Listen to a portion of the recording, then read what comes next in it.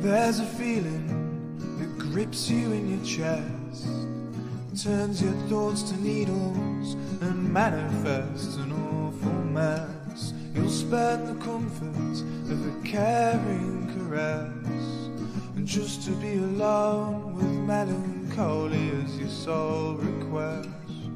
There's a storm that's raging in your head, a silent kind of sorcery that forces you to stay in bed. It talks in paradoxes, tells you that the world isn't worthy of your genius, and breathing's more than you deserve. But all that keeps you here is 1,000 forms of fear. It leaves an aching in your bones, makes them heavier than stone, till your mind begins to clear of 1,000 forms of fear.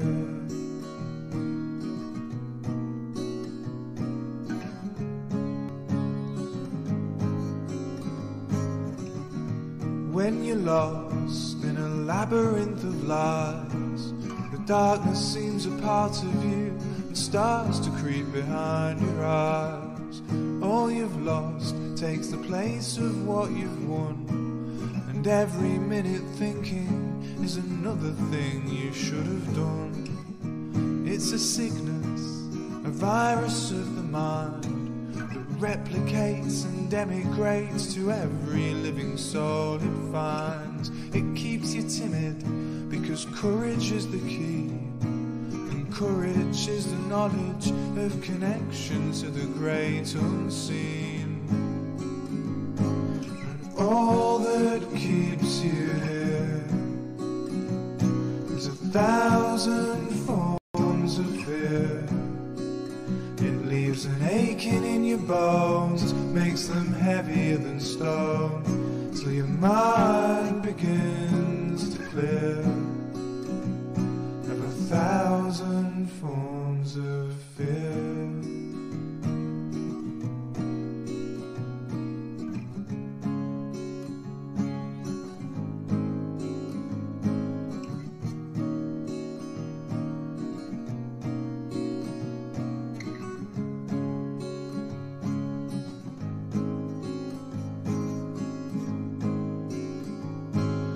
All that keeps you here is 1,000 forms of fear. It leaves an aching in your bones, makes them heavier than stone, till your mind begins to clear of 1,000 forms of fear.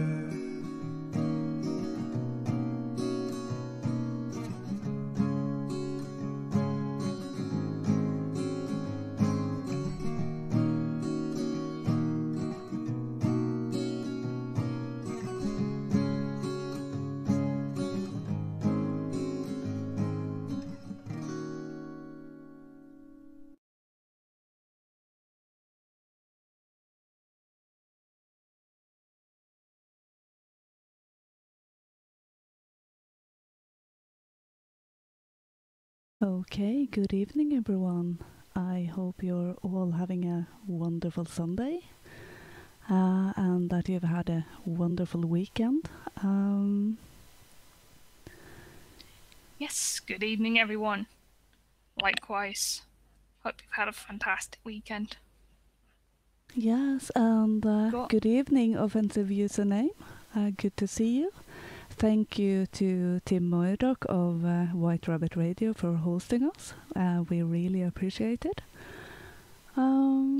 Yes, it's always fantastic to be hosted. It's really cool. Thank you once again. I've hosted us a few times. I do think... Oh, hey Fearless Bear. An offensive username. We've already had an ice cream in from Zed the board. Thank you for that as well. Yeah, Zed. thank you. And welcome, Sean Kyle. Yes. Good to see everyone. So today Indeed. our topic is the sea, where we have a few stories of tales of the sea. And good evening, Damdami. Yes, we do. And the sea, of course, not surprisingly, has inspired many tales in Britain. And actually, most of my tales tonight are from Scotland, from the islands, because obviously those are places where people are in really close proximity to the sea. And they are absolutely at the mercy of it. And it's a place of absolute awe and terror. And that still persists, really, in the modern day, in anywhere that's exposed to the sea. We still know less about some of the deepest parts of the sea than we know about space. So certainly it has inspired a lot of mythology, and particularly a lot of monsters. Yeah. Yeah, as everyone can imagine, the sea has been very important in Norwegian history as well. We have an enormously long coastline, and back in the day it was easier to travel by sea along the coast when you traveled up the country than it was going over land, because we have so many mountain ranges. So naturally they feature quite a lot in our stories. And of course we also have the quite a few sea monsters, sea trolls and drauger and all sorts of things.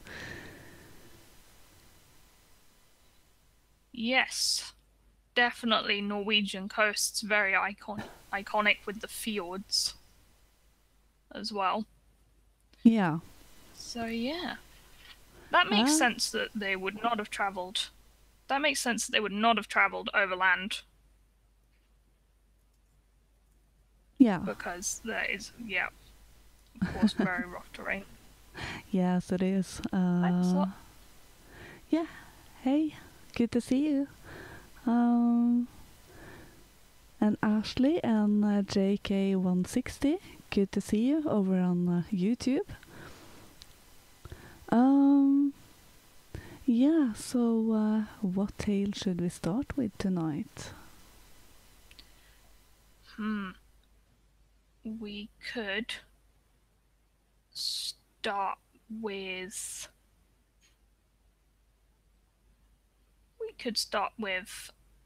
a little tale about a quite unique Scottish creature called a selkie.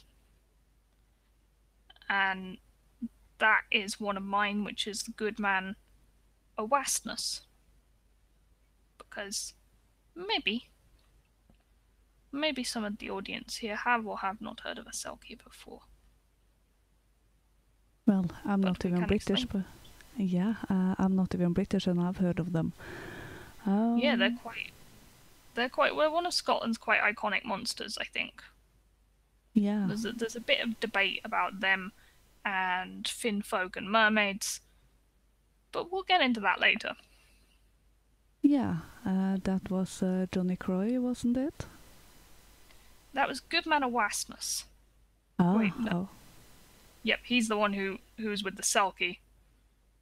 The other one, that's a mermaid. Slightly different thing. Oh, hello. Oh, Guide to Culture is spotted.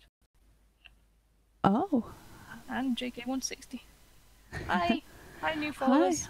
Hi. Good to see you, Frody. I'm honored to have you on our channel, actually. I hope you will enjoy yourselves with a few stories and everything. So, yeah. Then let's start with that good man. The Goodman Owasnus. The Goodman Owasnus was a handsome, well-to-do young fellow. Strong and well-liked with a profitable farm, it will come as no surprise to learn that many of the unmarried local girls had their sights on him. However, despite their ample attentions, the good man was a man who was simply not interested in marriage. Their advances spurned, the local girls soon began to treat the good man with contempt, describing him as an old young man and old before his time, in their eyes he was committing the unpardonable sin of celibacy.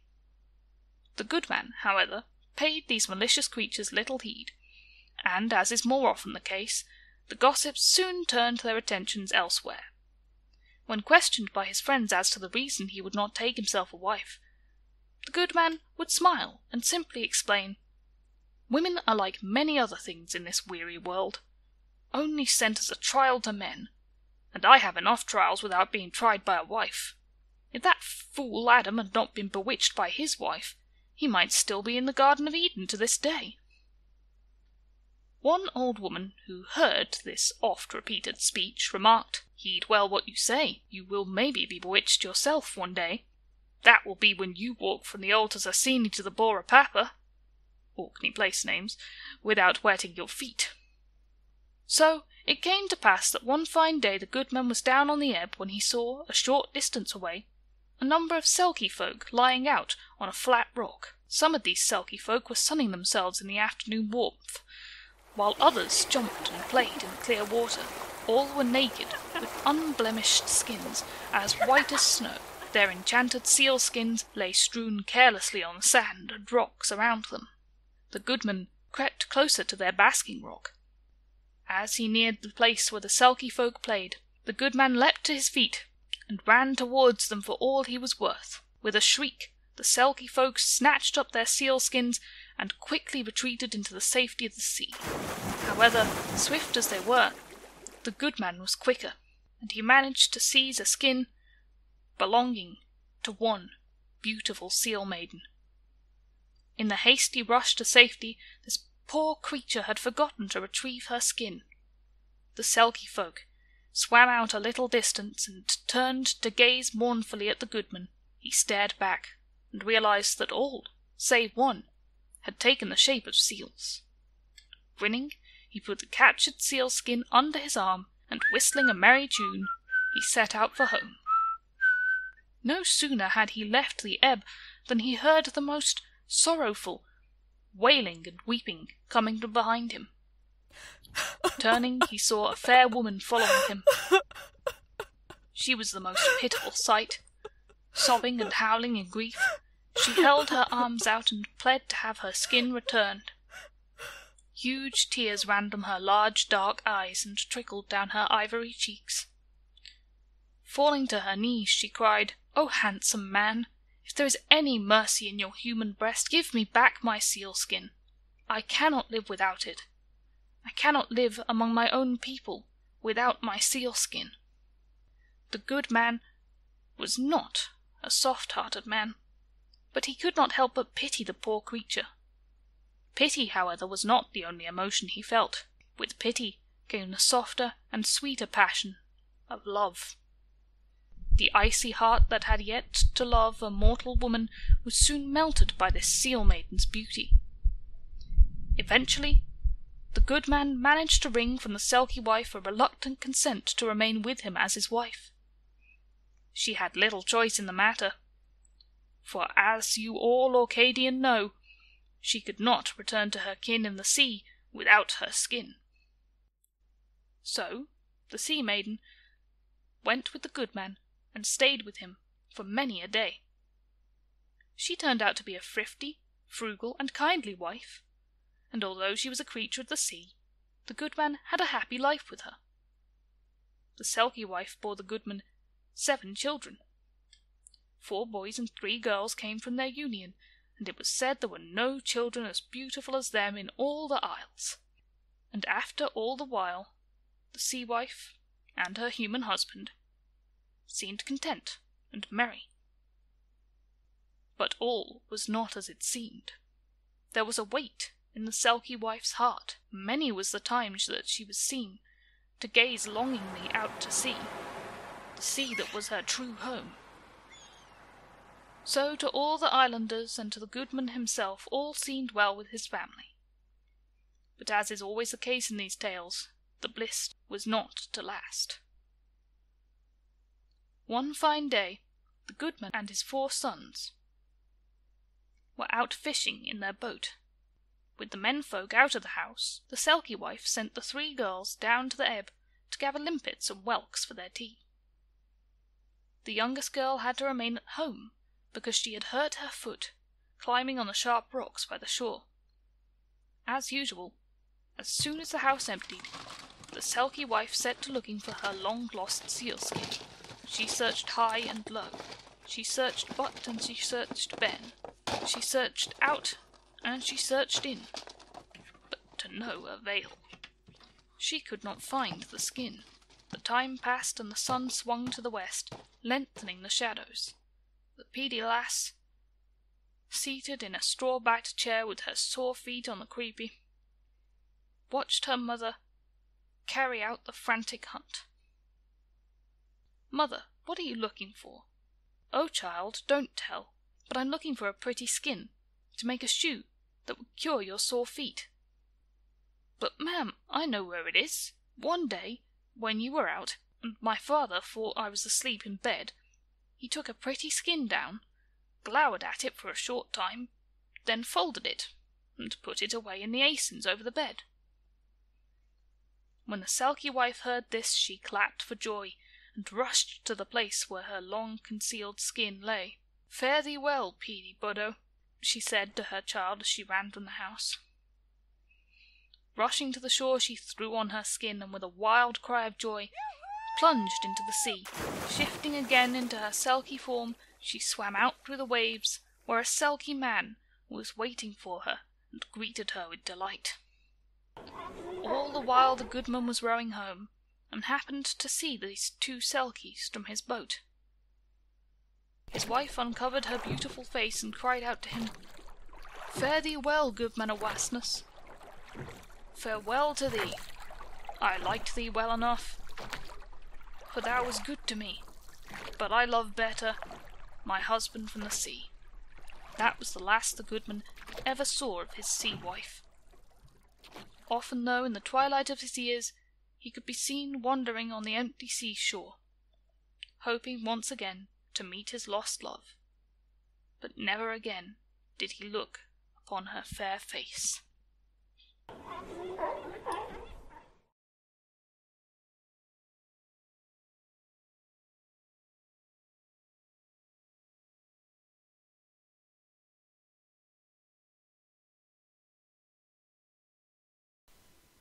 Okay, so that was our mermaid story. Yes. Yeah. Selkie. There's a bit of a difference which is sort of debated, which is what I'm going to sort of go into. Because, there is actually a hot debate about whether Selkies and mermaids were in fact at one point the same thing, or if they were not, which is one of the aspects of the thing. Yeah. Yes, definitely a difference that is good to have pointed out. Well, I've heard of Selkies. I'm not really that familiar with them, so I would love to learn more. Well, in the sort of modern notion of them, they're said to be really gentle creatures, and they are seals when they are in the sea, but they shed their skin so that they can take human form on land, and they're typically said to be very attractive in human form, whether they're men or women, and they don't really have any trouble in forging romantic relationships with humans. But their home is in the sea, and they usually want to end up making their return. And unless a human is able to hide the skin they've shed, like the good man of Wasness did there, then without that they can't return home. And now, a Selkie can have a husband and wife and family, but it's basically guaranteed that they will at some point return to the sea. They will if they're able to obtain their skin again. So, typically when you get Selkies, they don't want to be separated from the sea. And it's quite debated as to when they can take human form. and it's also debated as to where they come from. Some people say it's to do with the tides when they can take human form, or it's maybe one night a year that they can. And sort of explanations of their origins are that they were fallen angels, condemned to live as animals until the day of judgment. There's also theories that they're humans who just made a really bad mistake, who did a terrible sin, so they were doomed to live their life in the sea as a seal. And some claim that they are souls of those who've drowned, who are permitted to leave the sea on one night a year.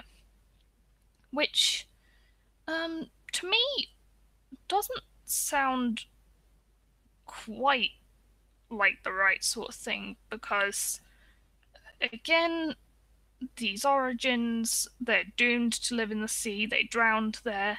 One would think that they'd be a bit more eager to get away from it, possibly. But they're referred to in Orkney. They're also found reported in Western Isles, north and west coasts of Scotland and Ireland. They are silkies or selkies with a CH. And they could be from early Celtic mythology, but there's also a hypothesis that they at least partly originate from Scandinavia. Lynx, I don't know, perhaps there's a similar creature in Scandinavia, because I've come across reports of the Tuftefolk, who are prevalent in Scottish mythology and well, not so much mythology, but folk tales. Certainly, these people called the Tuftefolk crop up. Then I think there's only a few scattered accounts of them still left in folklore in Norway and Iceland.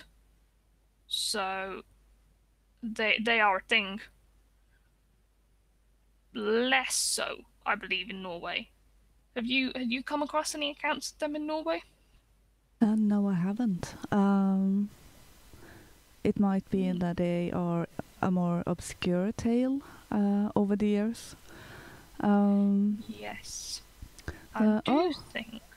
Thank you for hosting Guide to Culture. That is very kind of you. Well, that's very kind of you indeed. Yeah. Thank you indeed, yes. As I said, I haven't come across any of those stories, but I'm still exploring. Yeah. Well, apparently there's just a few to look out for. But certainly the area which these stories are confined does seem to coincidentally line up, or not so coincidentally, with the Norse seaway around those parts. The bits where the Vikings would have travelled and gone by sea, Orkney most certainly being one of them. And in Old Norse sources, there are Finnar. Was that Norwegian enough? Possibly. But it's the Sami. That's what they were called in the Old Norse sources. And they are magicians who can shapeshift into bears or sea animals. So this is where reports that the Selkie come from the Finnfolk are sort of originating. Because the Finnfolk are not really seen as being nice like the Selkies, but you get the law in places like Shetland that doesn't really distinguish between the two. They don't really distinguish between the two in Shetland. And so people think that the Finnfolk and the Selkies might have originally been the same thing. Yeah, that sounds actually quite plausible. Characters of mythology, they do change a bit over the years. Yes. I will go into that a bit with my story later. And I definitely think it might be a Norse connection. I'm not saying it's an origin, but at least a connection. It could at least be a synthesis. is something to consider, definitely. I mean, mainly the idea that they've been different, has come from a guy called Walter Trail Dennison, who was quite a respected folklorist of the 19th century, and he's from Orkney, so it gives him credibility that he knows what he's talking about, but he's talking to his old informants from Orkney, and they've said, oh no, Selkies and Tuftefolk, very definitely separate things.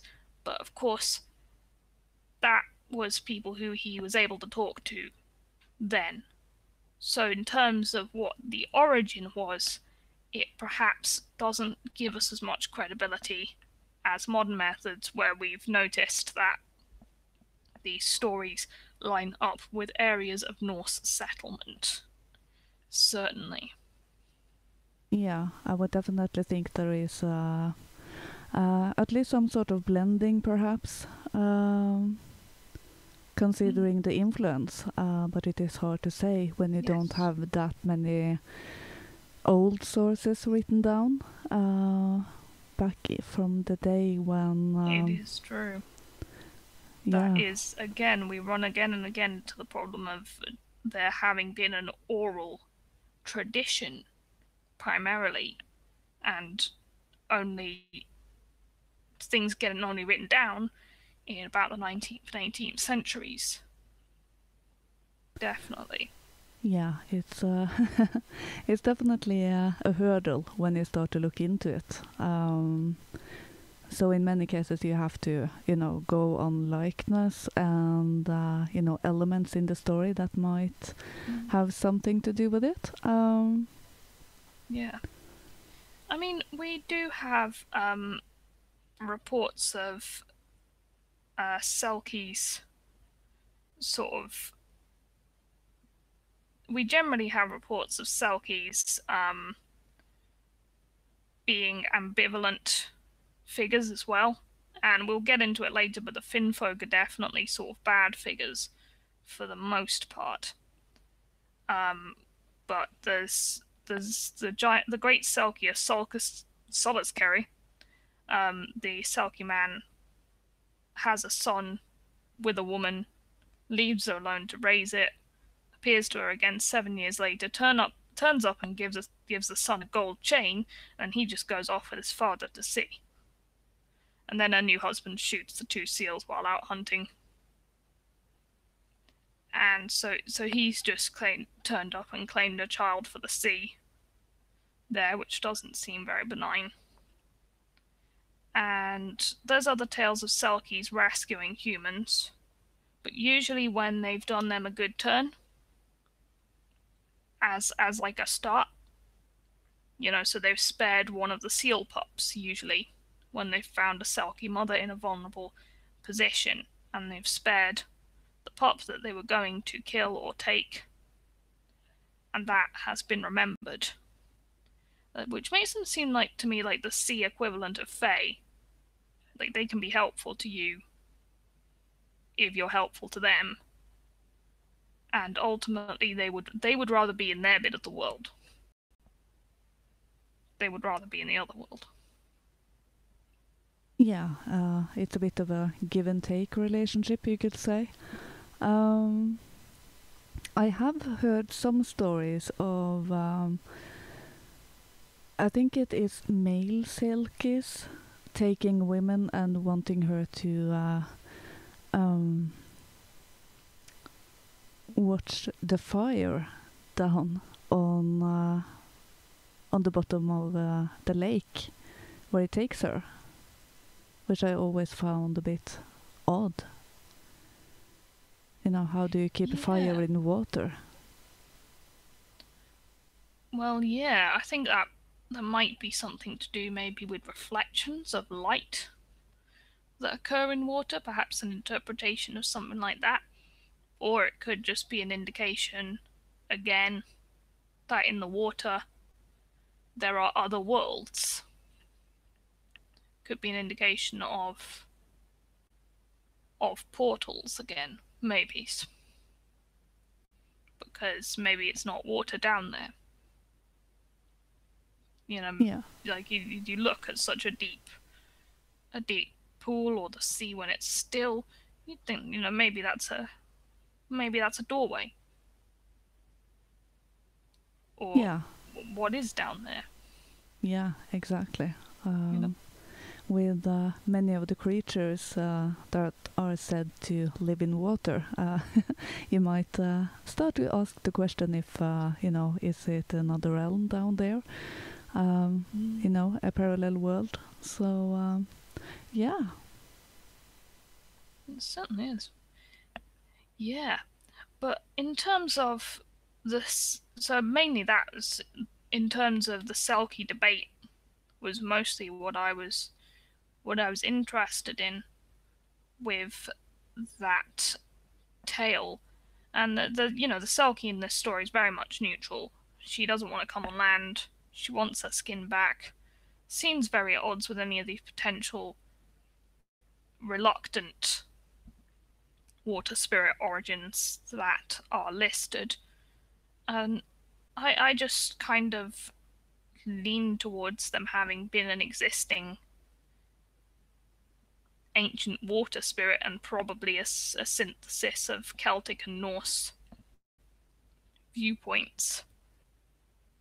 There's been a few frustrations about the new ageification of Selkies, and it doesn't really make sense that any kind of sea-associated spirit would be all peace and love, because the sea itself is violent and destructive and unpredictable, as well as bountiful. So I suppose it's fitting in this tale that she provides him with, and we'll see a similar pattern in my next tale as well, she provides him with bounty for a number of years, but then, leaves him high and dry.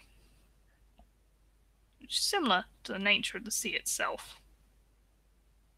Yeah. It can turn on you very suddenly indeed. Yeah, it's not anything you have control over. And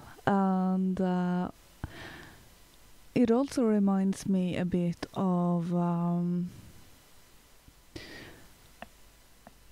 what was that tale of the Fae with the one who couldn't tell lies? Thomas? Oh yes, he couldn't tell any lies after he got blessed, cursed, depends on your outlook really, by the Queen of Fairies. Yeah. He got given that gift of not being able to tell lies. Yeah, after she took him down when he was by the pond. Yeah. Right? Yeah. And he also was with the Fae for a certain amount of time, and then he had to go back.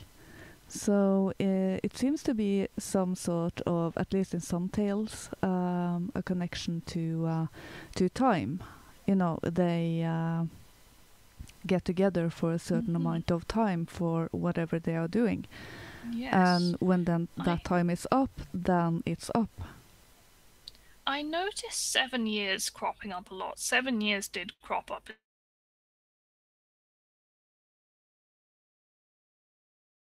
Huh.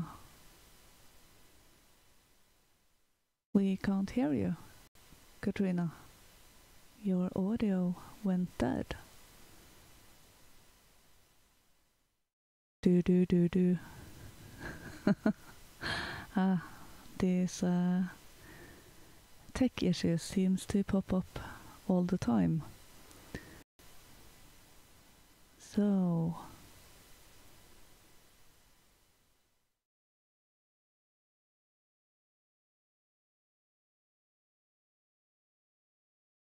will she be back?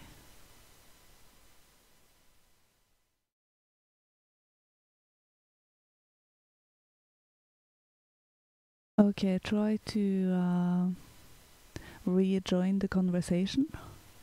Go out and come back in again. Yeah. Okay. Let's see if we can get the lovely Katrina back again.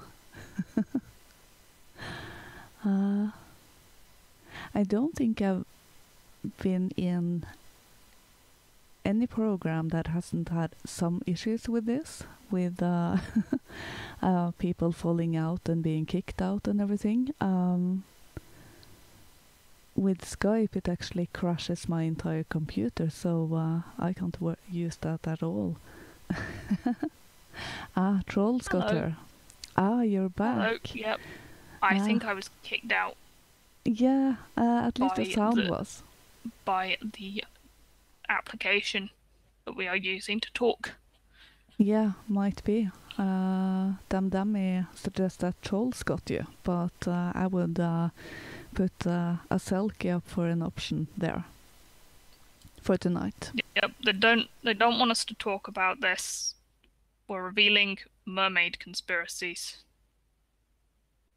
Yeah. Big Fish don't want you to know. No. You know, that is highly secret. Yeah, so people have been mentioning aliens. Yeah, maybe it was because of that. yeah, everyone is alien at some point in history, aren't they? Yeah. People shouldn't be such bigots towards aliens. Yeah. Indeed. Should we have one of your stories now, perhaps? Lynx. Yeah. Because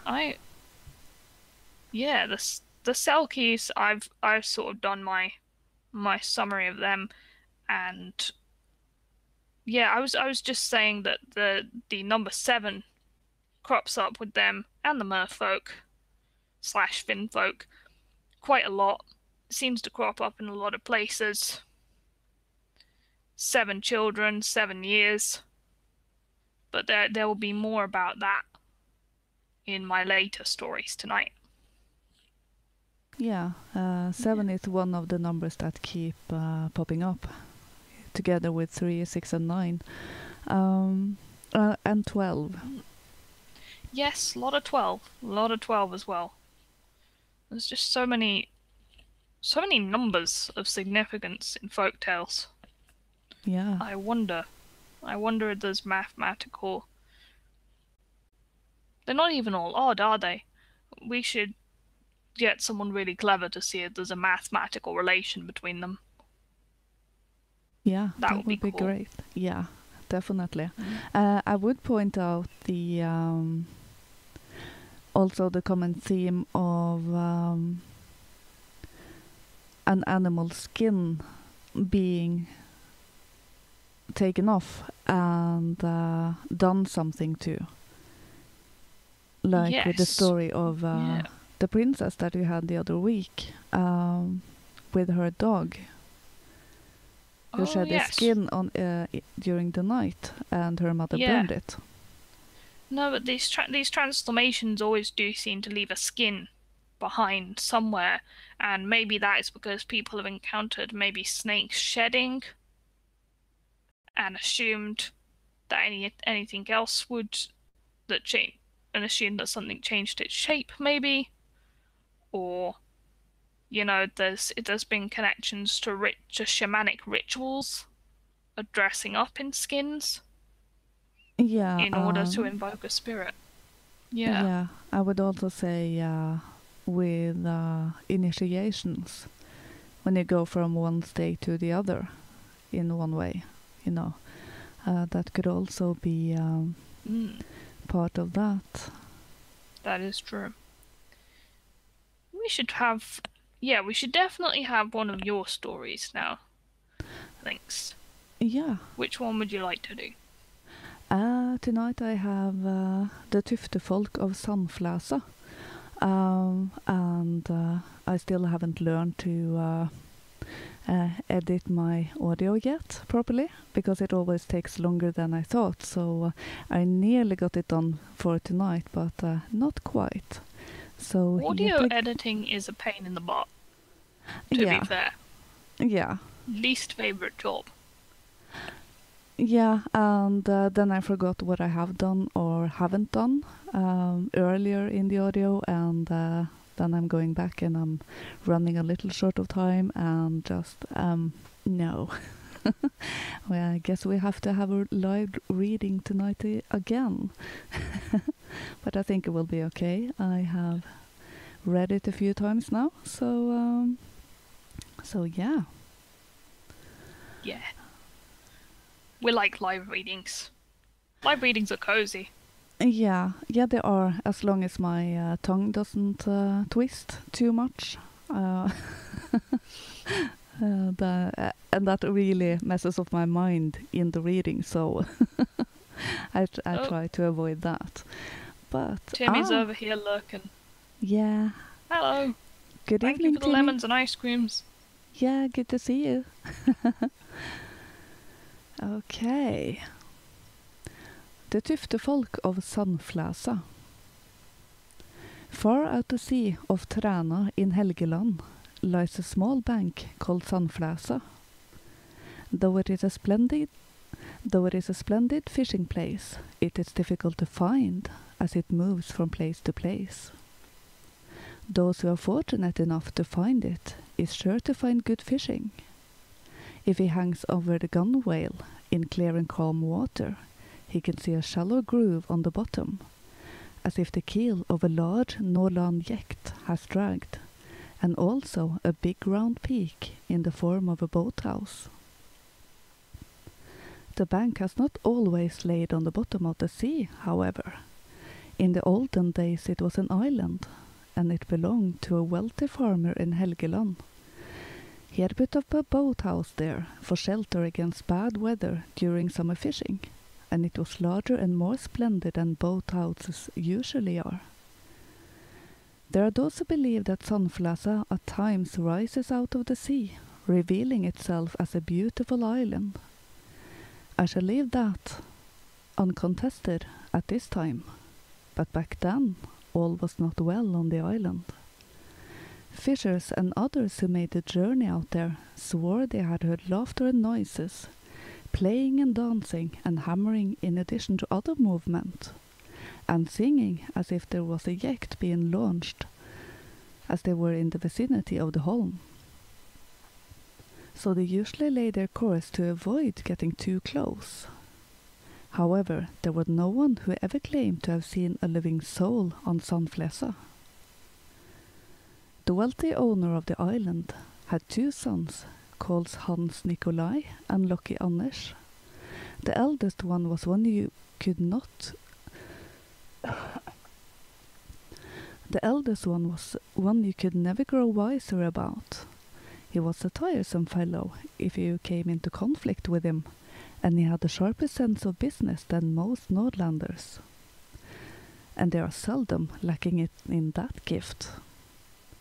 The youngest, Lucky Anders, was a tearaway, but he had a good heart. And no matter how badly things went, he always said he had his luck with him. If he capsized, which he often did, and was found on the keel, wet, cold, and exhausted, he would answer the question of how he was doing in the same way. "Oh, I'm just fine. After all, I've been rescued. Luck is with me." The sons were grown by the time the farmer died, and some time after they went out to Sandflesa to fetch some tools that lay there since the summer fishing. Wherever he went, Lucky Anders brought his gun with him. This was in late autumn after the fishing season was over. Hans Nikolai did not say much during the voyage. He seemed lost in his own thoughts. Evening started to draw near before they were ready to go back. "Listen, you know what, Lucky Anders? It will be dangerous weather tonight," Hans Nikolai said as he gazed out to sea. "I think it will be best to stay here until morning." "No, the weather won't be bad," Lucky Anders answered, "for the 7 sisters haven't put on their foggy hats. Let's go home." How the range of 7 mountains called the 7 Sisters came into being is an interesting tale, but I shall not go into that here. Suffice it to say that according to legend, 7 trolls danced through the night until sunrise and were turned to stone. But Nikolai complained that he was weary, and in time they decided to spend the night. The next morning, when Lucky Anders woke up, he found himself alone.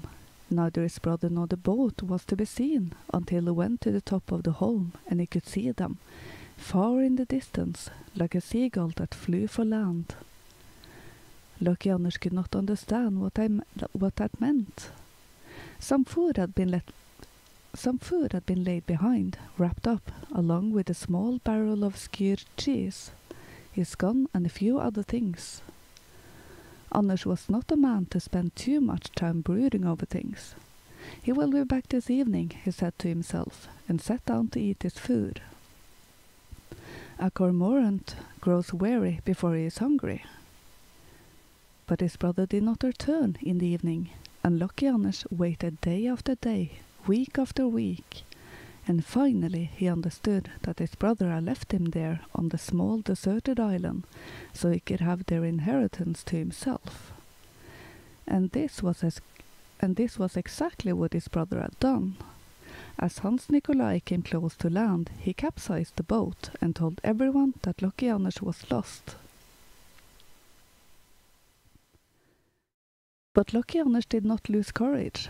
He collected driftwood on the shore, shot seabirds and gathered shellfish and wild angelica. The wood from a fishing rack had been used to make a raft, and fished for collie, with some tackle that had been left behind. One day while he was fishing, he caught sight of a groove in the sand as if made by a yacht, and he could clearly see the marks left by turns of rope. He did not think himself in danger, for he saw that the tales he had heard was true, that the Tuftefolk dwelt there, and he had a great yacht business. Thank God for good company, it is only good folk. Yes, like I always say, luck is with me, thought Lucky Anders. Perhaps he said it out loud as well, as he might have need to speak a little from time to time. He lived through the autumn like this. At one time he saw a boat and hoisted some clothing on a pole, waving it. But they quickly struck sail and started rowing away as quickly as they could. They thought it was the Tuftefolk who were waving flags. Christmas Eve came, and he heard violins and music from the sea. When he went out, he saw a flash that came from a large yacht, gliding through the water toward the island. But no one had ever seen the like of this yacht before. Its sail was unreasonably large, most certainly made of silk, and the neatest rigging, no thicker than if it had been made of steel wire, and everything else was of the same kind, as fine and beautiful as any Nordlander could wish for. The yacht was full of small folk, dressed in blue, but she who stood at the helm was dressed as a bride and as stately as a queen, for she had a crown and costly clothes. However, he could see that she was a human, for she was taller and more beautiful than any of the others, who were clearly of the Tuftefolk. Indeed, Lucky Anders thought he had never seen a more beautiful woman in his life. The yacht was heading for land right where Lucky Anders was standing. He was quick of wit and rushed back to the boathouse, pulled his gun off the wall, and hid up in the half-loft. He was well hidden, yet still able to see what was going on in the boathouse. Soon the cabin was crowded. It was completely full, yet more and more came in. The walls started to creak and bulge on every side, and it got decorated and made so stately that even the wealthiest merchant would be put to shame. It was almost as a king's palace. The table was set with as costly dishes as any, and the plates and cutlery was made of silver and gold. When they were done eating, they started to dance. Anders crept out through the skylight and climbed down. He ran down to the yacht, threw his flint steel over it and carved a cross with his knife, just to be on the safe side. When he came up to the boathouse again, the dance was at full strength. Even the table, benches and chairs and everything else inside danced as well. There was only one who did not dance, and that was the bride. She merely sat there watching, and when the groom would have her for a dance, she pushed him away. But other than that, there was no ceasing of the dance. The fiddler did not take a breath or change his stance or adjust his dress. He ceaselessly played with his left hand, stamping the time until sweat ran off him. and he could no longer see his fiddle for all the dust and smoke. Then Anders felt his feet also starting to move where he stood, and he said to himself, "Now it is best to take a shot, or he will play me from farm and land." He turned his gun around and poked it through the glass window and fired the shot over the head of the bride, carefully, as not to have the bullet hitting her. In the same moment the shot went off, all of the Tuftefolk ran for the door, tumbling over each other. But when they saw the yacht was bound, they began to moan and crept into a hole in the rocks. All of the gold and silverware was left behind, as was the bride, still sitting in her chair. It was as if she had come to herself again. She told Lucky Anders that she had been enchanted when she was still a child. Her mother had been out milking, and she had brought a little girl with her. But she had to run an errand and left her daughter sitting in the heather under a juniper bush. She said she was allowed to eat the berries, so long as she said this 3 times. "I eat a blue juniper berry, the cross of Jesus upon it fairly. I eat of the cowberries, red, with Jesus suffering, Jesus dead." But she found so many berries that she forgot herself, and did not say the rhyme before eating them, and thus she had been taken into the mountain. She had not suffered much, other than she lost the last joint on her little finger, and she was doing well and good with the Tuftefolk, she said. But that did not sit well, she thought. It felt like something dug into her, and she had been very uncomfortable when the Tufte fellow, whom they would have her marry, hung over her both late and early.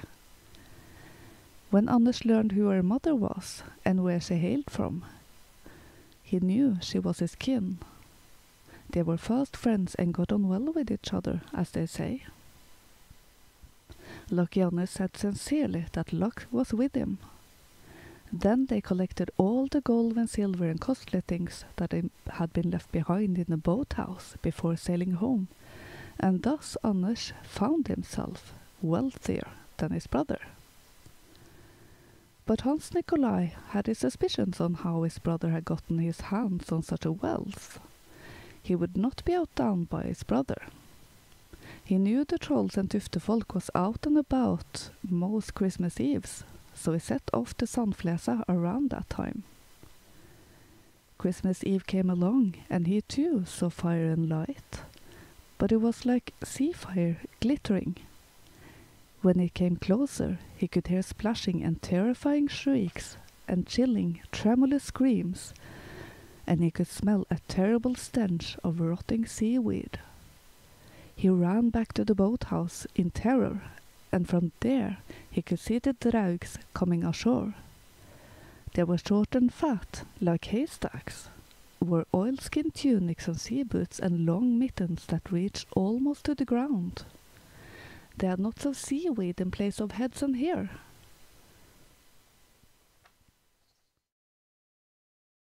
When they crawled up the strand, they shone like birch bark embers, and when they shook themselves, the sparks flurried around them. As they came up toward the boathouse, Hans Nikolai did as his brother had done and hid in the half-loft. The draugs entered the cabin, dragging a large stone with them inside, and began beating their sea mittens dry against it. And occasionally they made some shrieks that sent an icy chill through Hans Nikolai in the loft. Then one of them sneezed into the fire pit to light a fire, while the others brought heather and driftwood that was raw and heavy as lead. The smoke and heat were close to suffocating Hans Nikolai, and he tried to crawl out the skylight for air. But he was stockier than his brother, and so he got stuck. He could neither get in or out. Fear gripped him, and he began to scream. But the draugs screamed even worse. They screamed and tumbled and bangled both inside and outside of the cabin. But when the cockerel crowed, they disappeared, and Hans Nikolai could suddenly get free. By the time he got home, he had gone mad. He heard them in the outhouses and lofts ever after, wherever he was. The dark, chilling shrieks, those in Noland say the Draug has. He came to his senses before he died and gained Christian soil, as they say. After that time, no human set foot on Sandflasa. It sank into the sea, and they say the Tuftefolk moved to the holms of Lekang. Things always went lucky on his way. No other yacht had such successful voyages. But every time he came to the Lekholm holms, it grew quiet. The Tuftefolk came aboard and went ashore with their goods. And eventually the winds favored him wherever he went, to Bergen or homewards. He had many children, and all of them were well off and good of looks. But every one of them was missing the last joint of their little finger.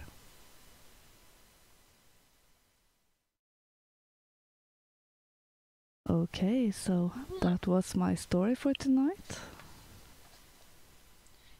Yes, there were a lot of different monsters in that one. Tuftefolk and Drauga, and there was trolls mentioned. Quite a lot.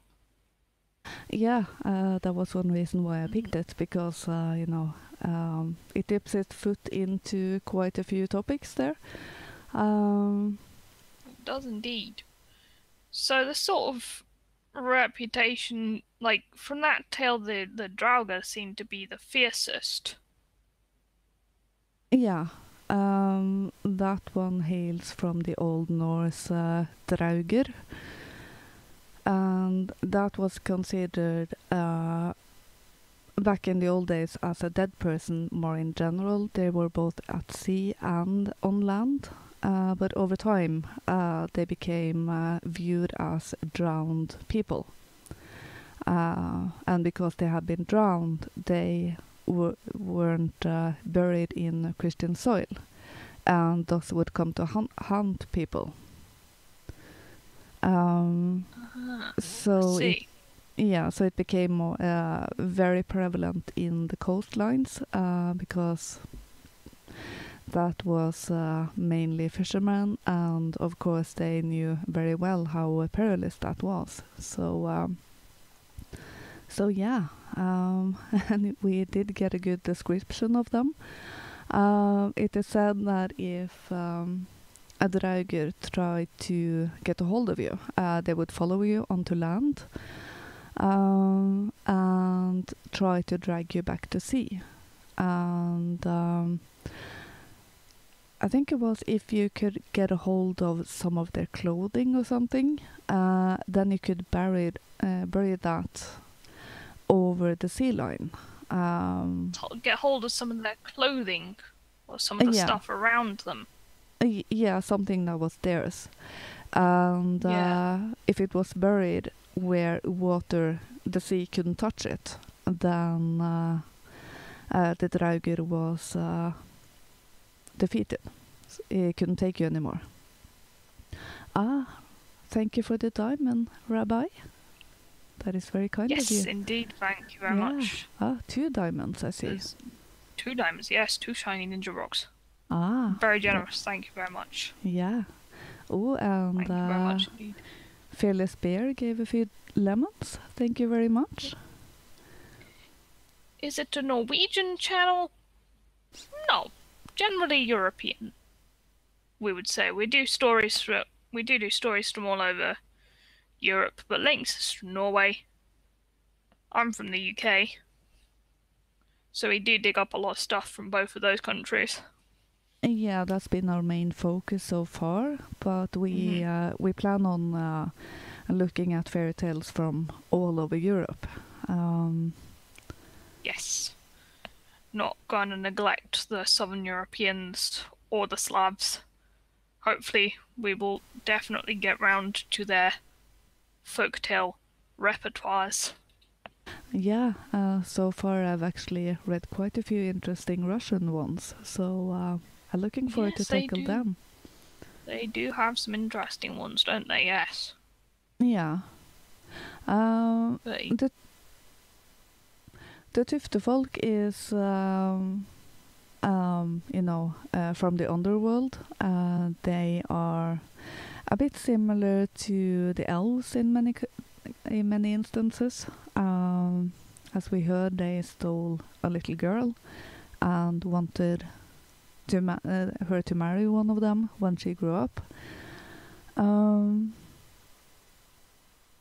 Should we actually consider Norway part of Europe? Well, yes, I think so. It's stuck to the right bit. Yeah. It joins onto the correct part. Yeah, joins onto the continent. Though it is a peninsula, so it's a bit separate, but a little bit. I mean, in that case, should you consider Britain part of Europe because it's its own separate island? Yeah. Mostly. I mean, I do consider Britons to also be Europeans. Really, we are of genetic stock. But yeah. Yeah. But yeah, so the Tuftefolk, that girl was kidnapped by them for not saying the correct rhymes when she picked berries. Yeah, that had I didn't know you had to take such precautions picking fruit in Norway. I shall indeed be wary of this if I ever wild forage in Norway. Well, I've been to the forest foraging blueberries, so I guess I was fortunate not to be taken by the Tuftefolk or the elves or something. A lucky escape, indeed. I guess. Gotta say, protective rhymes. Yeah. Basic fruit picking safety. Yeah. It did have me look up juniper because it was so specific. And yes. They are usually considered with protection and cleansing and giving good health and everything. They would infuse a home with it when people were sick, both in Britain and the Alps. They did that on specific days. In the Alps it was on May Day. I think it was the middle of the winter in Britain. But yes. Yeah, and it's... would be. Yeah, there's might also be a connection to the very old shamanistic practices with initiation in particularly. It's very interesting. Yeah. Predominantly when I think of juniper, it makes me want a gin and tonic. Not gonna lie. Yeah. Welcome, Tacitus Normore. Tacitus no more. I'm sorry. It's good to know that the juniper has protective properties. That seems like a good excuse. Yeah. Yes. It also has those connection in the Bible. It is thought to bring protection to the Holy Family.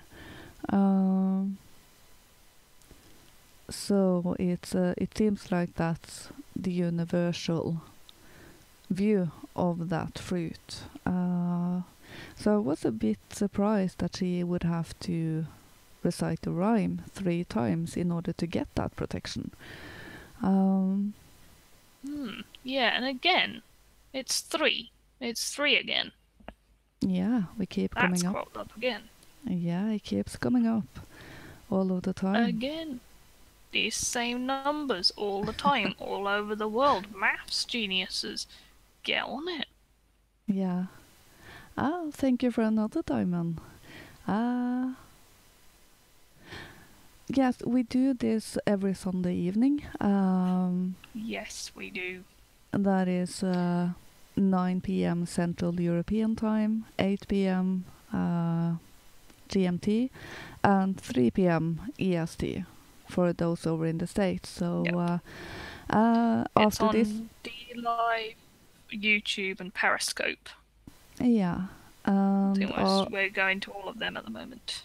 Yeah, and after this this show, we have 4 left before we take Christmas holiday.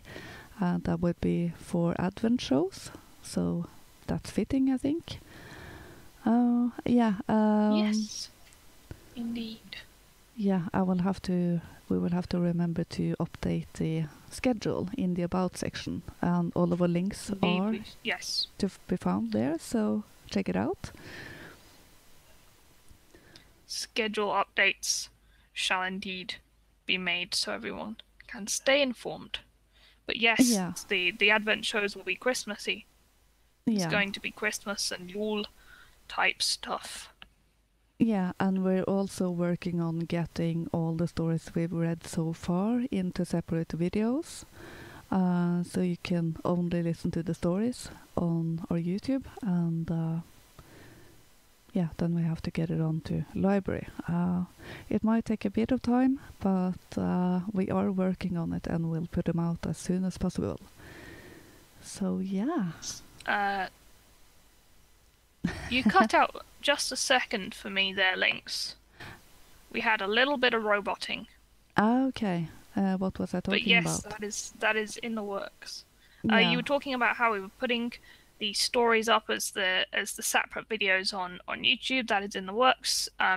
Just in case that anybody does not want to listen to us talk about the meanings of the stories in between the stories and would just like to hear a story. Yeah. No holidays, more stories. We have to have a Christmas, Dammy. Yeah, and we also have to read up on more stories so we know what stories to tell on the new year when season 2 is starting. Yes. And you can set a playlist for yourself or the children, or use them to dive deep into the stories and everything. So we hope you will enjoy them. Welcome, John. Hi. Hello. Good to see you. Always good to have new followers. Yeah, it definitely is.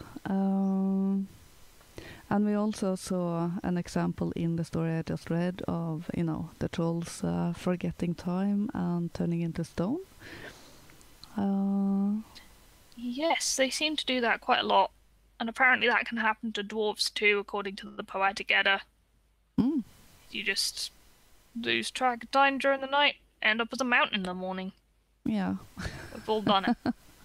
Yeah. I have done that, except turning into a mountain, luckily. So I must be blessed or something. Perils of trolls. Yeah. And also I like the theme of... it's sort of a Cain and Abel story in many ways. With the brother wanting to kill his younger brother for money, basically. So that is an interesting theme. It did seem harsh. Yeah, it did seem harsh. Yeah, but it did leave him food and some things he needed to... Yeah. Yeah. But also a fishing line and his gun and everything, so... They gave him a fighting chance. Yeah, he did. At least he did that. So, that's a good thing. All things considered, of course. And I also found it interesting that Anders wasn't angry about this, seemingly. That is told in the story, at least. No, he seems to be quite a chill guy. Yeah, very chilled out. I suppose by the time he realizes that his brothers aren't coming back, maybe he doesn't really have the time to be angry. Yeah. As he's been surviving on an island for weeks. Yeah, but on the other hand, that gives plenty of time to brood about the wrongs that have been done to you. But as the stories say, he isn't one for brooding, so quite a happy-go-lucky guy, I would say. And, of course, he did find the love of his life, so maybe he was grateful in the end. And they became very wealthy. Yeah. Yeah, I found it interesting that they took like the what was it, like the tip of her little finger, and then that was passed down to the children Yeah. as well. I wonder if that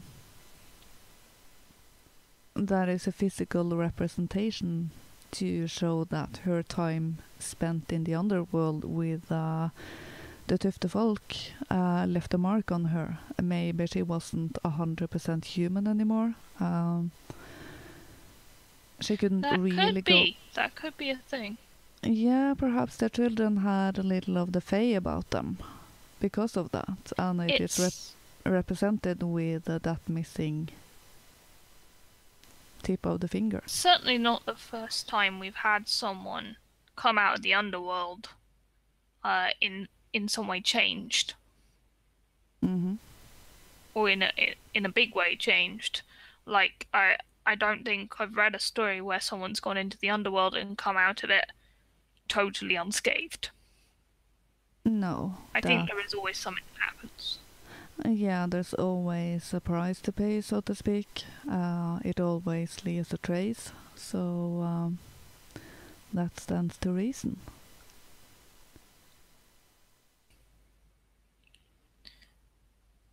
Yeah, so we've got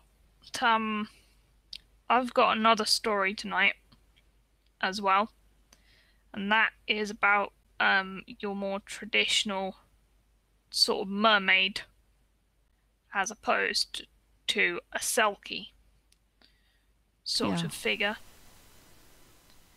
That is called Johnny Croy and his Mermaid Bride. That should be interesting, so let me put it on. Yep. Johnny Croy and his Mermaid Bride. Long ago, Johnny Croy of Volyar was the bravest, boldest, and bonniest man in all of Orkney. Many a fair lass cast a longing glance towards Johnny, but never a one did he care for. Now it happened that one day that Johnny went to seek driftwood on the shore of the west side of Sandé. The tide was well out, and he was threading his way through the big boulders under the crags.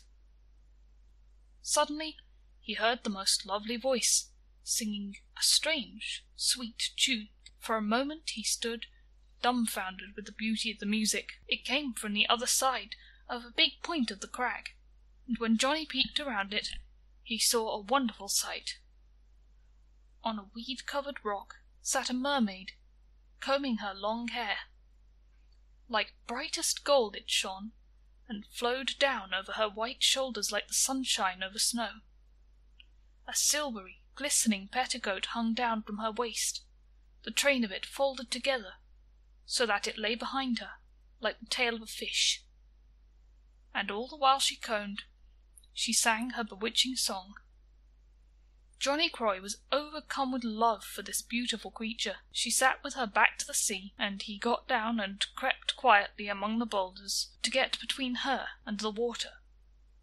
Every glance he cast at her made his heart burn all the more. Quietly he crept up, coming within a few feet of her. She combed, and she sang. Then Johnny sprang forward, threw his arms around her, and kissed her. She leaped to her feet, for two pretty white feet were under the silvery petticoats, and gave Johnny such a wallop that he was thrown flat on the rocks. Gathering her shimmering train over her arm, she ran down to the sea. As Johnny scrambled to his feet, he spied the sea maid's golden comb on the sand. She was out in the water now, staring at him with all her eyes, angry being so rudely kissed, yet with love growing fast in her heart. She knew well that only if she could take a mortal lover could she keep her youth and beauty. Johnny held up the golden comb and cried, "Thanks to thee, my bonny lass, for this love token." The mermaid gave a bitter cry. "Alas, alas, my golden comb! Oh, give me back my comb! To lose it will shame me before all my people. Oh, give me back my golden comb!" "Oh no, my sweet," says Johnny. "Come you and live on land with me, for never can I love another now." "Not so," replied the mermaid. "I cannot live in your cold land, I cannot bide your black rain and your white snow, and your hot sun and smoky fires would wizen me up in a week. Come with me, my bonny lad. I'll make you a chief among the Tuftefolk. Come away with me." "Oh no," said Johnny, "you cannot entice me. I was not born yesterday. But come to my stately house at Volja. There I have plenty of gear. I have cows and sheep. I will make you mistress of all my store. Never shall you want for what I can give you." The mermaid shook her head. "Come now with me, my bonny man. I will set you in a crystal palace under the sea. There the sunbeams never blind, and the winds do not blow, and the raindrops never fall. Oh, come away with me, and be my love, and we shall both be happy, as the day is long." "It is for the lass to follow the lad," said Johnny Croy. "Just come away, and bide with me, my darling Jem de Lovely." So there they stood, each tempting the other, and the longer they gazed, the better they loved. But at last Jem de Lovely saw folk coming far away. Bidding Johnny farewell, she swam out to sea, singing mournfully, "Alas, alas, my golden comb! Alas, my bonny man!" Johnny watched her go, her golden locks shining over her white shoulders like sunbeams glinting over sea foam. Then he went home with a sore heart, but carrying the treasured golden comb. His mother was a spaewife, a wise woman, and Johnny told her his tale, and asked her advice. "Great fool that you are," said his mother sharply, "to fall in love with a sea maid when any land lass would be glad of you. But men will be fools the world over. To bring this sea wife to you, you must keep her comb well hidden. It is her dearest treasure. Keep it, and you have power over her. Be wise, my son. Take my advice. Cast the comb into the sea and forget her. The folk of the sea are not of God's people." But Johnny Croy could not do that. "Then," said Granny Croy, "she may make a bright summer for you, but it will end in a woeful winter. I have seen that you will ride your own road, though you sink into the quagmire at its end. Only one I can save. I would it were you, my son, but what will be, will be." Well, Johnny went about his work like one bewitched, thinking all the while of his Jem de Lovely, and the cautionary words of his mother, but he put the comb up safely for all that. Then there came a night when he could not sleep for thinking of his lost love. Towards morning he dozed, and at daybreak was wakened by beautiful music. He lay a while, as if enchanted. It was the voice he had last heard at the shore. Opening his eyes, he saw that Jem de Lovely was sitting at the foot of his bed, the most beautiful being that ever gladdened a man's eyes. Her face was so fair, her hair so gleaming, and her dress so splendid that Johnny took her for a vision, and tried to say a prayer, but never a word of prayer came to his lips. "My bonny man," said the mermaid, "I'm come to ask you again for my golden comb. I'm come to see if you will live with me in my crystal palace under the waves." "No," said Johnny. "No, that I cannot do. But unless you bide with me now and be my loving wife, my heart will surely break." "I will make you a fair offer," said Jem de Lovely. "I will be your wife. I will live here with you for 7 years. If you swear you will come with me and all that's mine, to see my own folk at the end of that time." At that Johnny jumped out of bed, fell on his knees before her, and swore to keep the bargain. And so they were married. Jem de Lovely shivered and shook as they came to the kirk, and stuffed her hair in her ears as the priest prayed. But folk soon forgot that, for a bonnier bride was never seen in Orkney. Her face was as lovely as the dawn, her dress shone with silver and gold, and every pearl in her necklace was as big as a cockle shell. Jem de Lovely was a frugal, loving wife to Johnny Croy. She baked the best bread in the island, and brewed the strongest ale. She was the best spinner in all the countryside, and for 7 years everything at Volja was in good order. The sheep and cattle thrived, and the barns were full. All things went merry as a Yuletide from one year to the next. But all good things must end, and the 7 year drew to a close. Then you may believe there was a stir in making ready for a long sea voyage. Johnny said little, but he thought much. Jem de Lovely was brisk and busy, and wore a far-away look. By now the pair had 7 bonny bairns, all as strong and well-favoured as their parents. Each of them, in turn, had been weaned in Granny Croy's little house, and she now had the youngest, sleeping in her own room. And what do you think Granny Croy did on the eve of the day when the 7 years ended? She rose in the midnight, blew up the ashes in the fire. She made a cross of wire, and heated it red hot in the glowing embers. Then she laid the red-hot cross on the bare seat of the babe, who squeaked like a demon all the while. In the morning, when they were fully equipped, Jem de Lovely walked down to the boat, and she was a picture. Stately and splendid as a queen in her shining dress, with the great pearls gleaming on her neck, she came to the beach. That was her goodman, Johnny Croy, with her 6 eldest bairns. But there was also Granny Croy, sitting on a stone, with the tear in her eye. Jem de Lovely sent the servants up to Granny Croy's little house to bring the 7th bairn down in his cradle. Back they came, telling her that the 4 of them could not budge it 1 inch. A cloud came over her beautiful face. She ran up to the house and tried to move the cradle. Not an inch would it budge. She flung back the blanket to lift the babe out in her arms, but the moment she touched him she felt a dreadful burning and started back with a wild scream. Down to the beach she ran, her head hanging and the tears streaming from her blue eyes. All the while Granny Croy sat on the stone with tears on her cheek and a half-smile on her lips. As the boat pushed off they heard Jem de Lovely lamenting sore, "Alas, alas for my bonny boy! Alas that I must leave one to live and die on dry land." The wind blew, the sail filled, and the boat turned to the west and swiftly disappeared. Johnny Croy and his fair wife and their 6 eldest bairns in here never more seen in Orkney. But Granny Croy nursed up the babe that was left and named him Courser Croy, Croy of the Cross. He grew up to be the bravest, the boldest and bonniest man in the islands. When his grandmother died, Courser Croy took to the sword. Far over the seas he went on to fight a crusade against the pagans in the Holy Land, and men said that enemies fell before his blade like thistles to the reaping hook.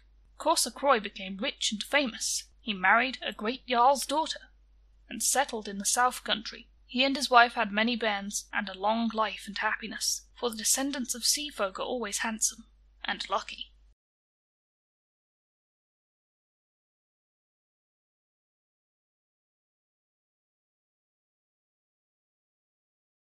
Okay, so that was our mermaid story.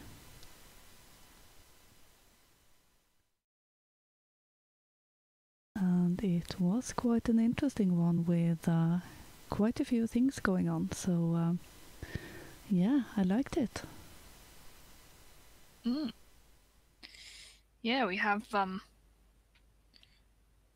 a lot of stuff in there. The first thing I probably did after that one was look up who this Courser Croy, who was mentioned, is. Look up who Courser Croy is. I couldn't really find much about him other than he was mentioned at the end of this tale as being an alright, like, all-round stand-up good guy. Went to crusade against the pagans in the Holy Land. I mean, not actually pagans, wouldn't technically class anyone dwelling in the Holy Land as a pagan, just saying. Yeah. But yeah, I couldn't really find which historical figure that he might relate to. But certainly, what I did find out was why a mermaid woman would be quite so desperate for a mortal husband. So the thing that Jem de Lovely says, or thinks, about getting a mortal husband, that she will keep her beauty if she gets one. So that is because mermaids apparently start off very beautiful, golden hair, snow white skin, that whole sort of thing, you know, fairer than any mortal woman. And if she bags a mortal husband, she can ditch the fishtail and she can stay lovely. But if she marries a merman or a finman husband, she gets uglier. During the first 7 years, she just becomes normal looking. And then in the next 7 years, she becomes no fairer than a mortal woman. Well, she gets less hot during the first 7 years. Then she's normal looking, and then by the third 7 years, yeah, she's pretty ugly. She's a Finn wife. Yeah. You know, so the warts and the whole deal. Now, being a Finn wife is a really raw deal. They seem to be a combination of like witches and mermaids, because their husbands send them ashore to earn silver, and what the folks say on the island is that they'll often say they're of Caithness origin. In other words, not from Orkney. And then pretend to learn, they'll earn a living, or pretend to, by spinning and knitting. And they have a lot of skill in curing diseases in men and in cattle. So they become really valuable to their communities, and then they start to practice their witchcraft, apparently, and send any silver they earn from what they do back to the Finn man in the sea. And apparently, if she stops sending him silver for too long, he's going to come ashore and beat her very severely, so that she'd be confined to bed for a few days. You know, obviously, they're also said to have black cat familiars. So, like, they're like night witches, black cats, but they can also turn into fish and go tell things to the Finn folk in the sea.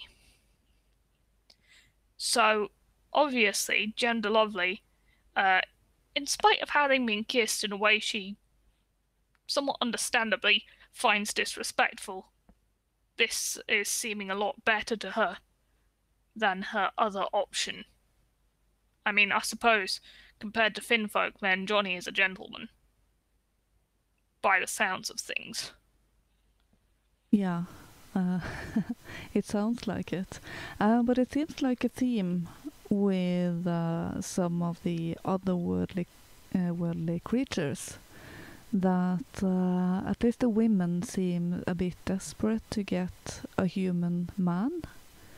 We've seen that with trolls. We see that with hulders that we have in Scandinavia, which we will cover later. And with mermaids we see here. I'm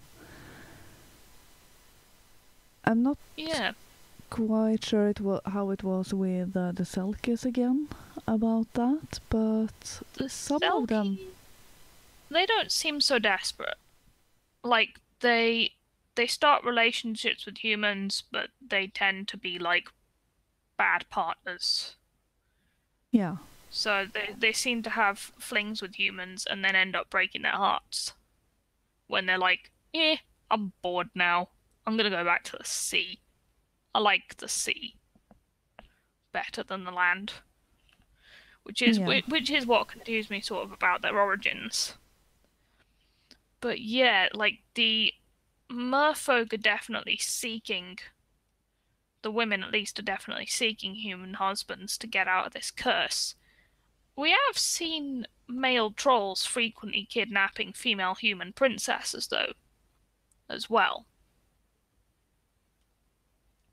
Yeah, we have. There seems to be somewhat of an obsession with that as well by the male counterparts of the otherworldly.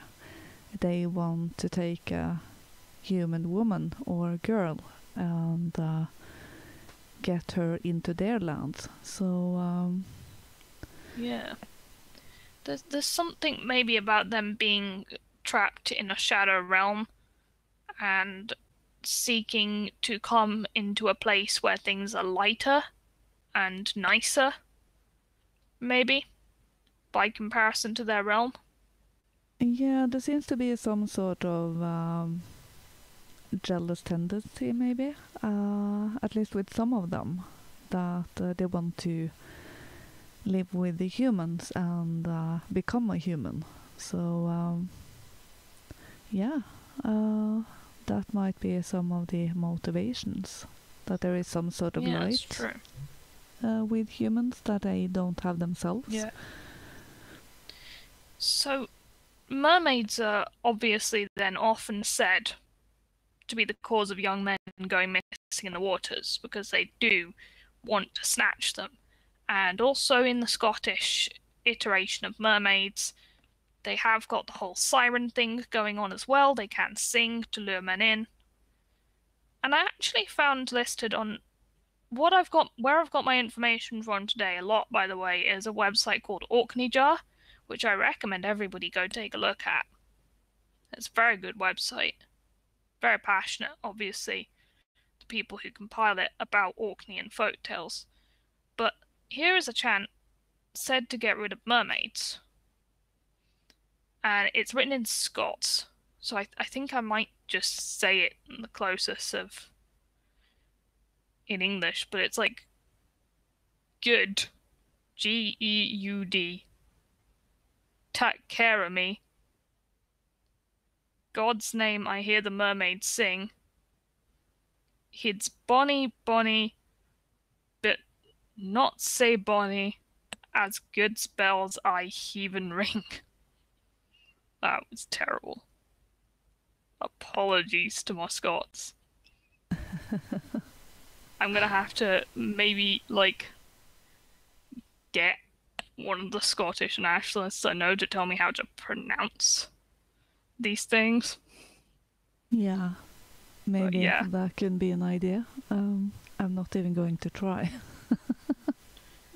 But not without an audible guide before me to listen to a few times first. But yeah, apparently that's just general good practice on the coast of Scotland to have your standard occult protection charms ready as well. It's just like fruit picking in Norway, wandering on the coast of Scotland. Very dangerous activity. Take your religious symbols. There's also so I think the tail was described there as sort of a petticoat round her feet, and that factors into a quite a debate really about whether the tail is real, because some say that mermaids have a tail-like garment, and others say no, they have a fish tail. They actually have the bottom half of a fish. So they say, "Oh, we got a Scot in here. Hi, nice to know. Welcome." Yeah, but there's real debate about whether it's a petticoat, fish-like, tail-like garment, or whether it's an actual tail. Which is kind of funny to imagine folklorists having a debate about that. Yeah, well, these days they have discussions about basically anything, so I'm not really that surprised. Nah, not really. For me, it's a bit too... what's the word?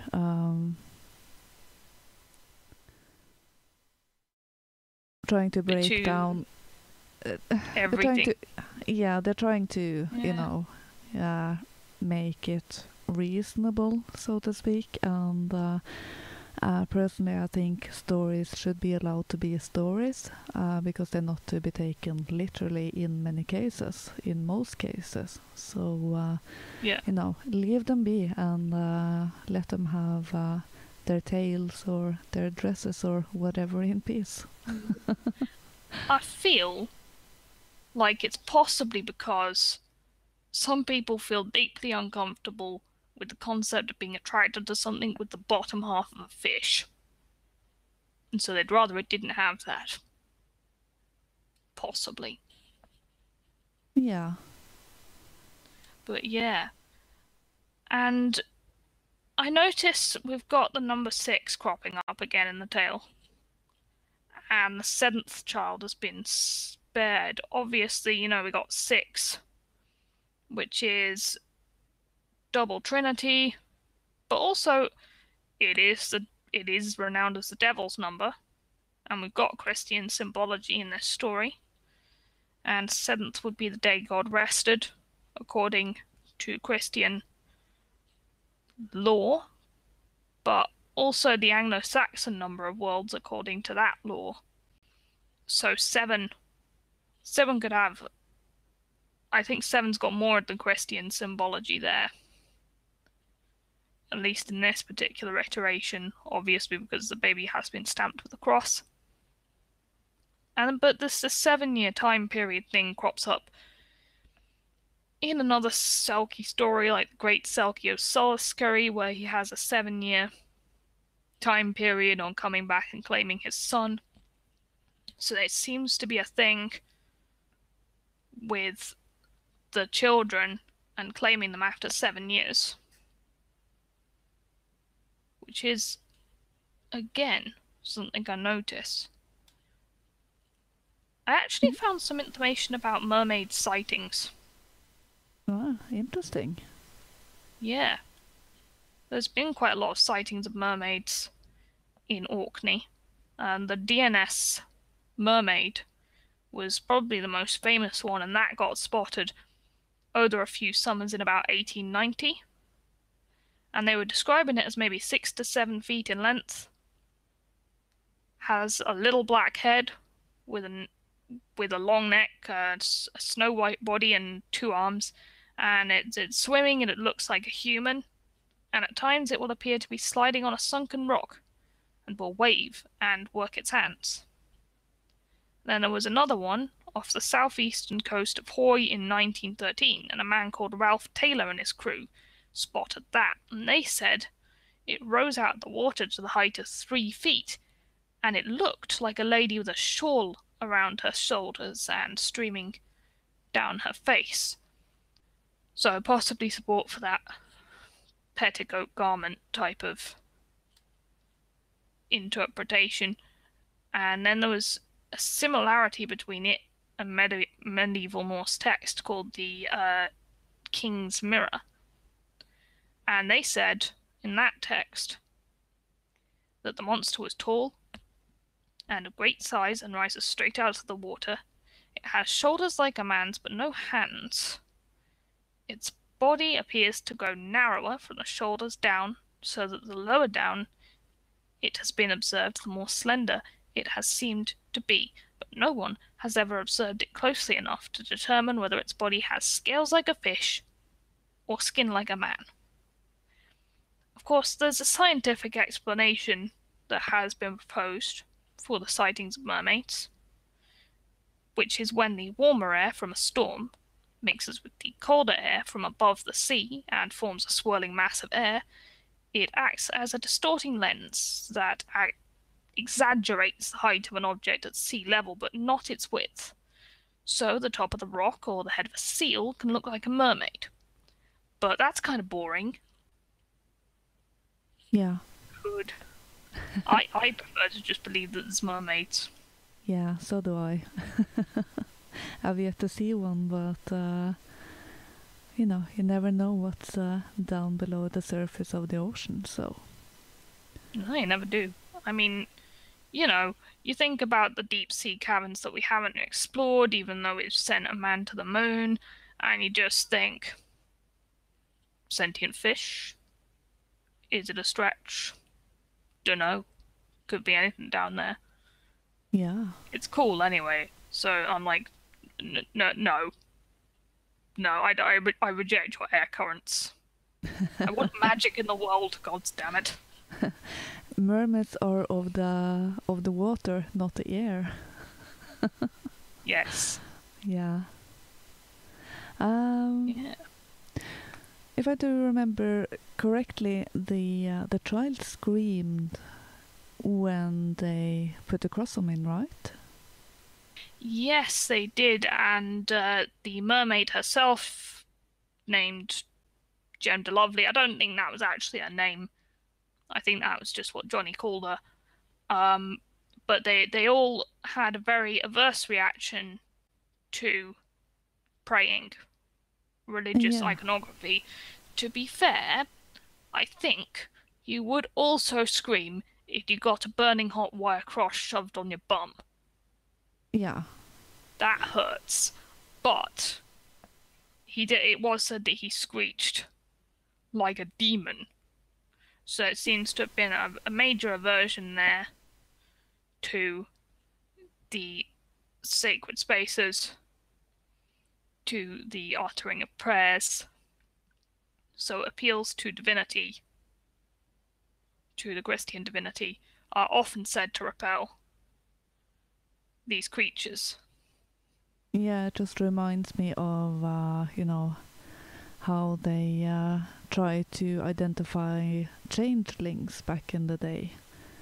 Children they didn't know were completely human or half human or fully one of the underworld. They would press a cross or a piece of steel on them, and if they could take it, then it was a human baby. At least that was one thing they had here in Scandinavia. It wasn't, as long as it wasn't hot, I guess that would be a fair test, maybe. Yeah, that is the point. Poke a baby with a cross and see how it reacts. Yeah, the point is that cold steel will burn someone from the underworld. Because they can't take it. It's like sunlight on the skin of a vampire in many cases. So yes, true. It is in the shape of the cross, but it's also wire, and so we might be seeing components of iron in there, which has historically definitely been something that beings from the underworld cannot tolerate. Yeah, they have that thing with iron. It's kind of odd. And salt. Although probably that doesn't affect the ones from the sea. I mean, they're flipping surrounded by that. Yeah, it's salt for water. A mermaid. Not working. No. Maybe fresh water would be something she would be adverse to then. Actually, that reminds me of another creature that I've stumbled across in my research called the Narkalavi. And that is a very evil creature. Head was similar to that of a man, only 10 times larger, wide mouth, juts out like a pig's snout, single red eye, burned with flame, hairless, skinless, entire surface looks like raw and living flesh, and as you can see his blood through his veins. He's nasty. He's got like long ape-like arms, but he brings like pestilence and disease and all of that sort of stuff to Orkney. Sounds lovely. Yeah, he's scared of fresh rainwater. He's scared of that. Yeah. And actually, there's a whole mythology about Orkney and the sea. It's said that he's kept restrained by the mother of the sea. And perhaps it maybe sheds light on some of Orkney's folk tales to know that they have a very cyclical view about the sea. And that one of their oldest myths, the Sea Mother, was said to grant life to everything, bringing warmth to the oceans, calming the storms, the sorrow of many an Orkney family. But she's also got her nemesis Taran in alliance with this Knockalive guy, the spirit of winter. And they both rule for half the year, and they have struggles in the spring. In the spring, that is when the Sea Mother wins over Taran, binds him at the bottom of the sea and rules for summer. with the occasional storm then being Turan trying to escape, and then they have this fight in the autumn tumult, or the Goravelye, which happens when the Sea Mother is tired from fixing all of the damage the winter that Turan did. So obviously then he always wins that one, and the Sea Mother just has to recuperate over the next 6 months while she rests up again to fight him again in the spring. So that's just reminded me of a whole bit there. But yeah, one of the people who runs riot when Turan's ruling and when it's not raining fresh water is the Knockalabi, even. This very nasty guy, and he's afraid of fresh water. That was quite a lot of information. Yeah, it was very interesting, so definitely something to look more into. And also another example of how mythological stories come out of the environment people are living in. We see quite a few examples of those kinds of stories. So yeah, that was an interesting one. Knockalabi seems to just be a general scapegoat for Orkney crop blight, Knockalabi livestock failing, or falling off cliffs. It's him. Epidemic, Knockalabi did it. His breath's poisonous. Yeah, well, these days Putin did it or Trump did it. So yep. That seems to be a tendency that goes through the centuries. I liked it better when we had intangible monstrous scapegoats instead of ordinary people trying to run their countries or live their lives. Yeah. Yeah.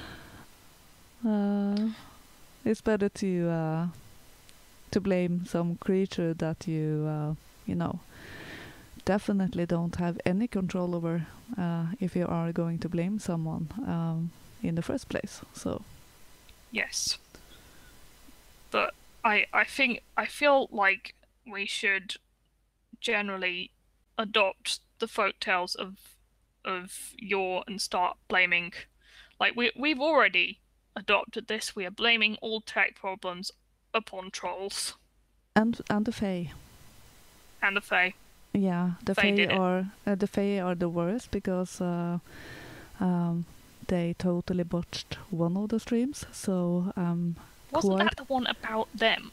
Yeah, it was, and my computer just didn't want it. Yeah. They don't like you to talk about them, and Irish pagans report this. Yeah.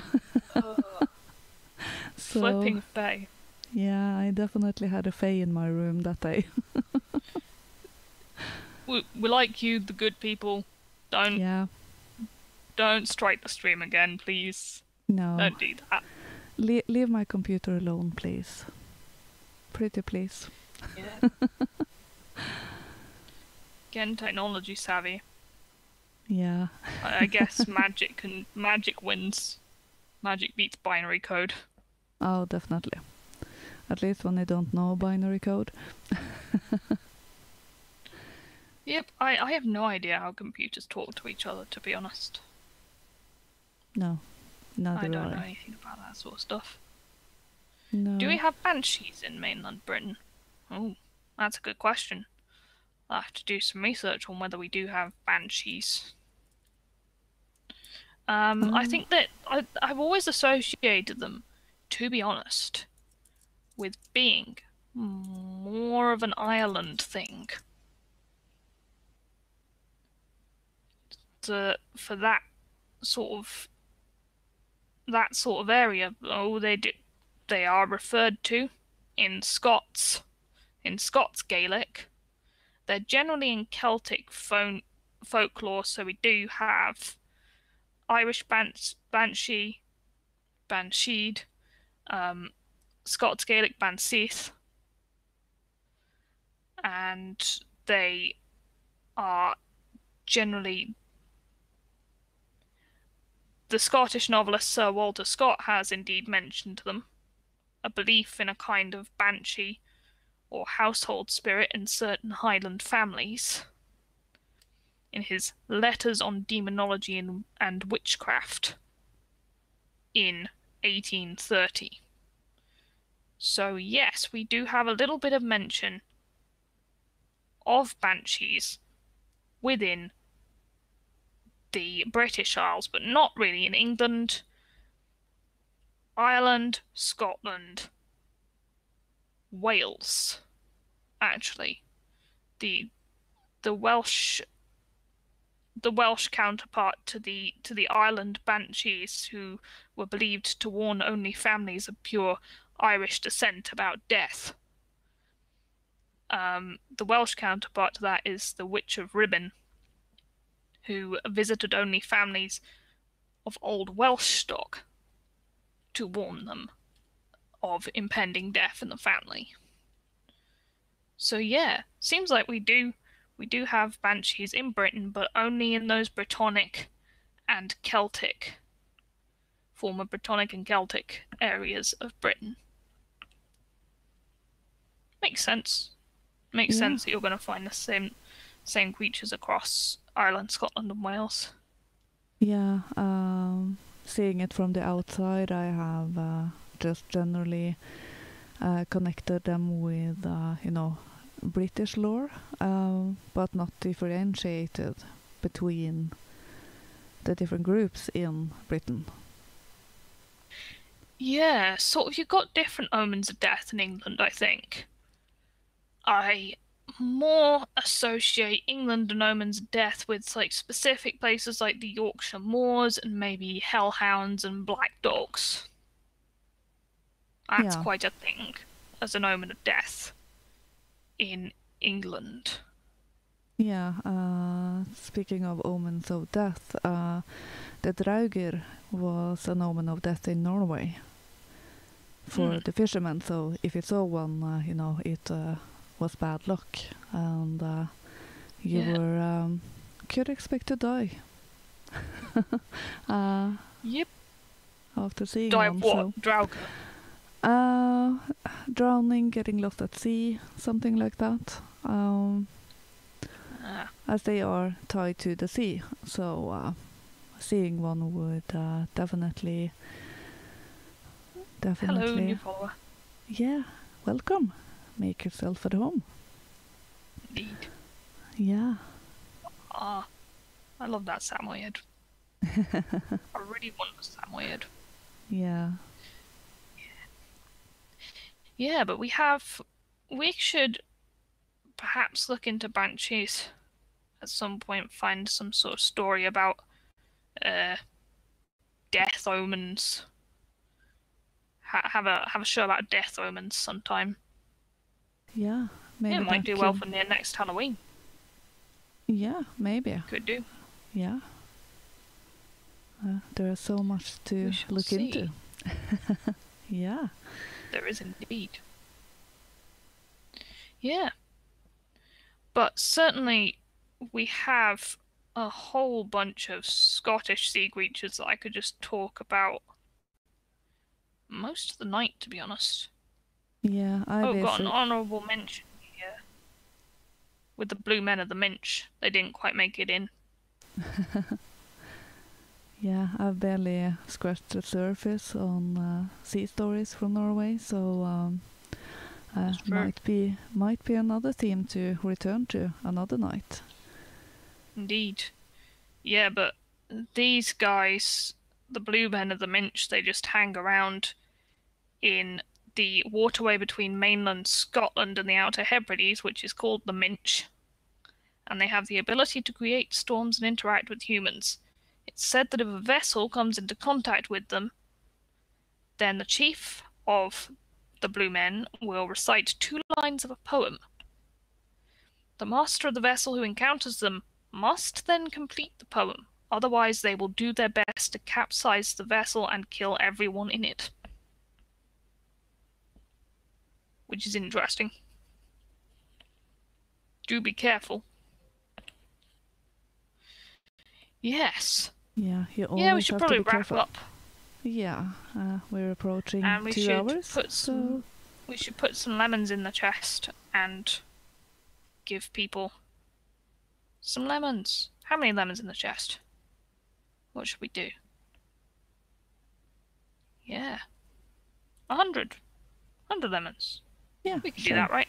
Yeah. So put 100 lemons in the chest. There we go. Right. Let's do this. Let's do this chest. Right.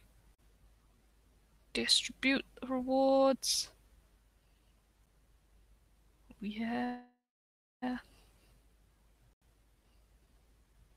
The chest is kind of fun, I have to admit. It is. One of those things that brings back the little kid in me again. Who's gonna get the lemons? You Who's are getting the tonight's lemons? winners. That is the question. Oh, it's Dam Dammy. She's got 41 of the lemons. And then the Stephen O with 24.4 lemons. Fearless Bear got 17.9 and Ratus Swedicus 14.4. Got Midunz got 12.2 lemons. And also thank you very much for the ice cream and the lemons. Thank you very much, Got Midunz. Yeah, thank you. Yay. Yay, and Yeah, congratulations that to all the is- winners. Enjoy your lemons. To have a lemon Enjoy or them. not to have a lemon Indeed. or not to have a lemon? That is the question. To make it a bit Shakespearean. Yes. Yes. Indeed. Yes. Fearless Bear is raising a glass to celebrate the lemons. Yeah. Skål. Thank you. And thank you for Thank you more for ice donations, creams Stephen and O and Fearless lemons. Bear. Yeah. That is Yes. very generous. And I hope you have enjoyed our stories for tonight. And we will be back with our first Advent show next Sunday, same time. 3 p.m. EST, 8 p.m. GMT, and 9 p.m. CET. So, hope you see you then. Yeah. Night to you all. Hope you have a good evening. Hope you enjoyed our lots of stories about the sea. I will definitely be making the links known on Twitter and Telegram because really did find a lovely, passionate bunch of Scottish folktale collectors. Lynx, do you have links to yours? The word Yeah. links twice in a sentence sounds weird. Yeah, it ended up being a pun on my chosen nick that I didn't realize at the time because I read it as Lynx with a Y. Yeah. So that ended up being a bit funny. I do have a link to my story, but a different version because I do my own translations for the most part.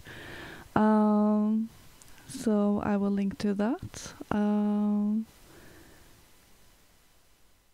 And yeah, I think Yeah. that is it. So Good night, everyone. good night.